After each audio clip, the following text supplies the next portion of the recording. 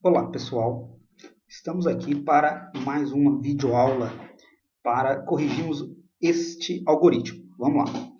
Escreva um algoritmo que solicite ao usuário digitar um número inteiro positivo e mostre-o por extenso. Este número deverá variar entre 1 e 10. Se o usuário introduzir um número que não pertença a este intervalo, mostre a frase número inválido. É o seguinte, pessoal. O que pega neste algoritmo aqui é justamente esta parte que eu estou sublinhando aqui, ó, que eu até coloquei de cor vermelha. A princípio é um algoritmo muito simples, pois eu quero que o usuário digite um valor entre 1 e 10 e me apareça na tela o nome, né, o valor por extenso. Só que se ele digitar 11, 100, 1000, o sistema ele tem que fazer um tratamento de erro e me retornar a mensagem de que aquele número é um número inválido. Então, talvez o grande X da questão deste algoritmo seja essa parte aqui. Bom, então vamos lá. Eu já tinha escrito ele aqui, vou apenas explicar para vocês aqui. Então vamos lá. Eu declarei o meu algoritmo aqui e chamei ele de retorna número por extenso. Beleza. Declarei a variável x numérico. Até melhor, conforme falado no vídeo anterior, eu não vou declarar a variável aqui agora. Ou seja, eu vou desenvolver o meu algoritmo para ver quantas variáveis eu vou usar. E aí sim, no final, eu venho aqui e declaro. Beleza? Lembre-se que se eu declaro agora ou no final, não muda nada, pessoal, pois aqui a ordem dos fatores não altera o resultado. O que eu quero é que o algoritmo faça o que eu estou pedindo, escrever um número por extenso. A ordem que eu escrevo independe. Então vamos lá. Então eu coloquei aqui início algoritmo e solicitei aqui, né, lá, escreva, informe um número, né, leia x, ou seja, o que o usuário digitou na tela, quando eu mando fazer a leitura, ele joga esse valor para a variável x, que aqui está entre aspas, eu vou até corrigir tirando a aspas. Beleza. O que acontece agora, pessoal? Eu preciso fazer uma série de comparações para saber qual que é o valor digitado. Então aqui eu fiz um se. Se x for igual a 1, escreva 1.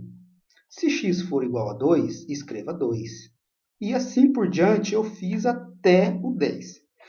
Mas atenção, eu vi alguns aí fazer isso aqui, ó.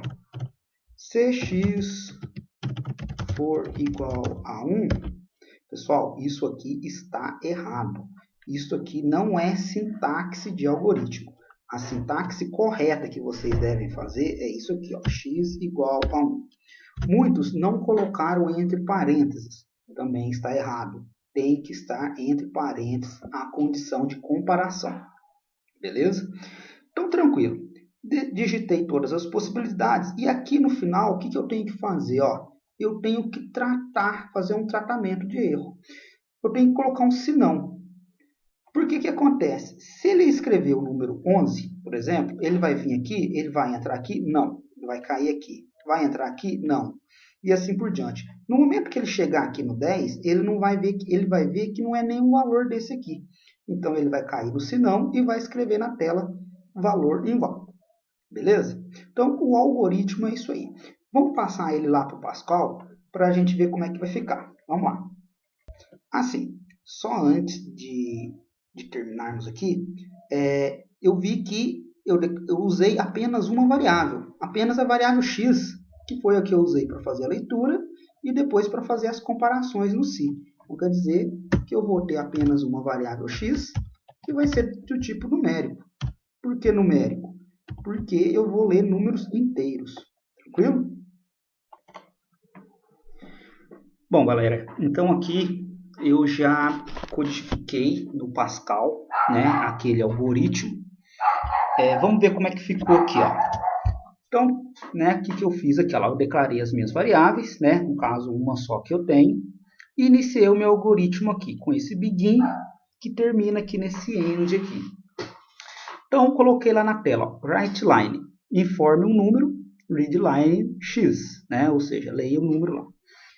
Aí aqui, ó, eu fiz uma primeira verificação que foi a seguinte: se x for menor ou igual a 10, quer dizer que a pessoa digitou um dos valores que será retornado o nome por extenso para mim.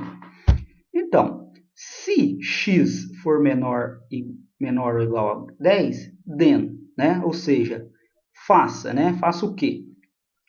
Aí aqui, ó, eu abri outro begin e end. Por que eu abri outro begin e end? Porque eu tenho vários comandos dentro do mesmo if. Ou seja, eu vou fazer aqui, ó, várias comparações dentro dessa condição aqui, ó.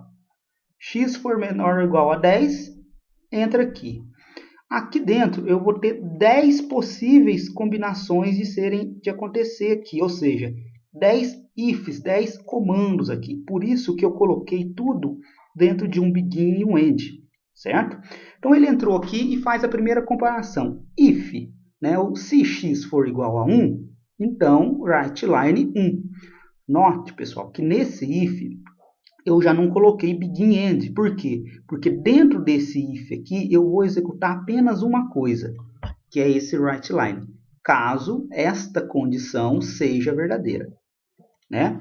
No caso, se o x não for igual a 1, ele vai vir aqui e vai fazer essa outra comparação. Se não for igual a 2, ele vem aqui e faz essa comparação. E assim por diante. Digamos que o valor digitado foi 6. Ele vem aqui, no momento que ele chegar aqui, ele vai ver que é 6 e vai escrever na tela o valor 6.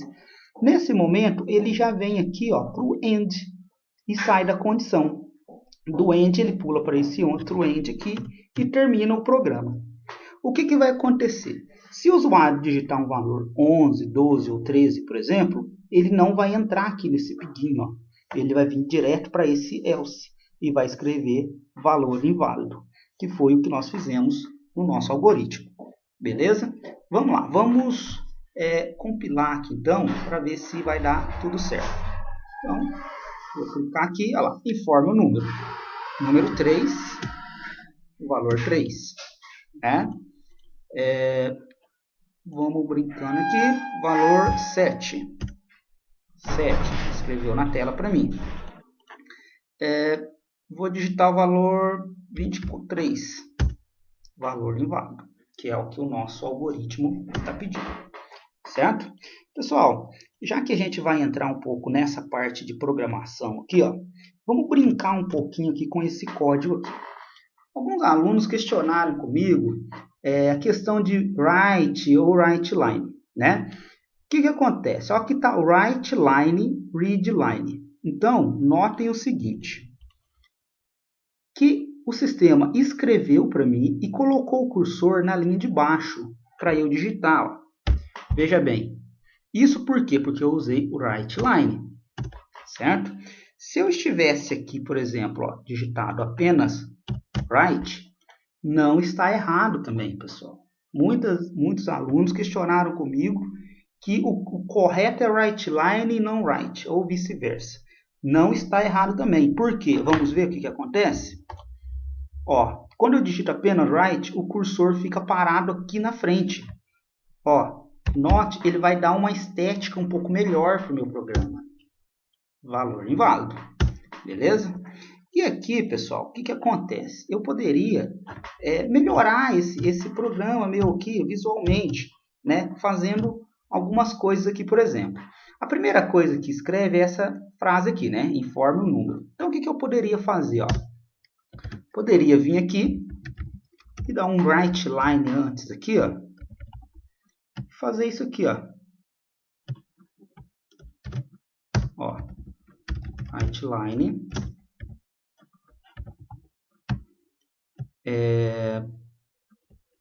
Estrutura de dados.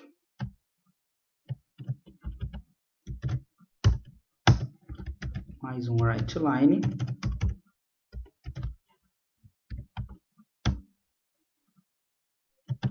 Note, pessoal, que eu vou começar a criar aqui, ó, um design um pouco melhor. Tá? Eu errei aqui. Note que eu vou conseguir começar a ter, olha, tá vendo?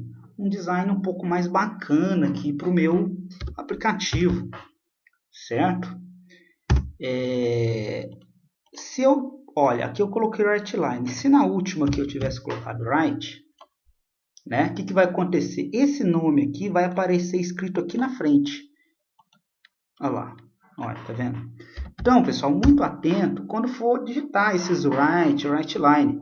Na verdade, não existe uma regra que tem que ser right ou tem que ser right line. Tudo vai depender de como que você quer que fique esteticamente o seu programa. Beleza, pessoal? É isso aí. Até mais. Até a próxima.